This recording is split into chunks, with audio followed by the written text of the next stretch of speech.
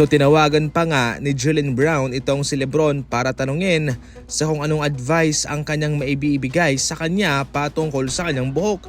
Ito'y marahil nabisto na itong si Brown na nag-spray lamang ng hairspray na pampaitim para magmukhang makapal ang kanyang buhok o yung kanyang hairline. So far tama naman itong ginawa ni Jaylen Brown sapagkat noong 2016 inamin mismo ni LeBron James na siya ay nagkaroon ng hair transplant procedure way back 2014 habang siya ay nasa Miami Heat. Ngunit hindi po sinagot ni LeBron James ang kanyang tawag. Pero pwede naman niyang tanongin itong si Dennis Schroeder kung saan nabigyan po ng solusyon ni Dennis ang kanyang problema sa kanyang hairline na sobrang nag-step back, pero ngayon nga ay kitang-kita naman na gumanda na, di ba?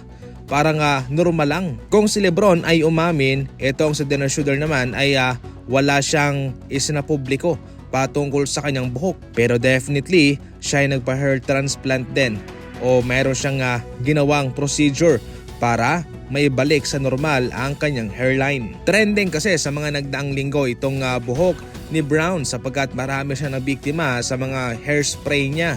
Si OG Anunoby ng Knicks at si Holland ng Detroit Pistons. Ikaw, anong advice na maibibigay mo dito kay Brown? I-comment lang. Samantala, balik free agent itong si James Wiseman nang siya'y ine-waive ng Indiana Pacers para kanilang makuha naman si McClung. Itong si James Wiseman ay isang dekalibring center. Ang problema niya lang ay yung kanyang tuhod, medyo marupok na kasi. Siya nanggaling sa Golden State Warriors, kinuha nila bilang kanilang second overall pick. Kahit na hindi man ganon kaganda ang kanyang experience, kinuha pa rin siya ng Warriors sapagkat malaki ang kanilang paniniwala na mayroong potensyal ang batang ito. Meron naman talaga. Ang problema nga lang dito yung kanyang chemistry, yung connection niya sa Golden State Warriors.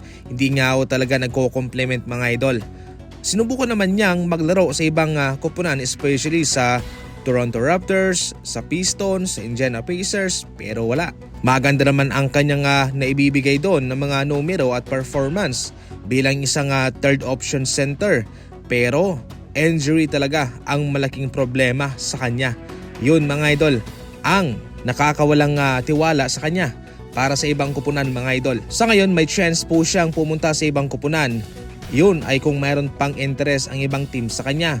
Ngayon pwede naman siya sa Los Angeles Lakers para matulungan ang kanilang problema sa mga big man nila. Sa Golden State Warriors pwede rin, pero masikip na ang kanilang rotation doon. Mayroong Al Horford, si Post at si Davis. Sa ngayon, ang mga kupunang po pwedeng bagsakan nitong si James Wiseman ay yung kupunan na nasa rebuilding mode.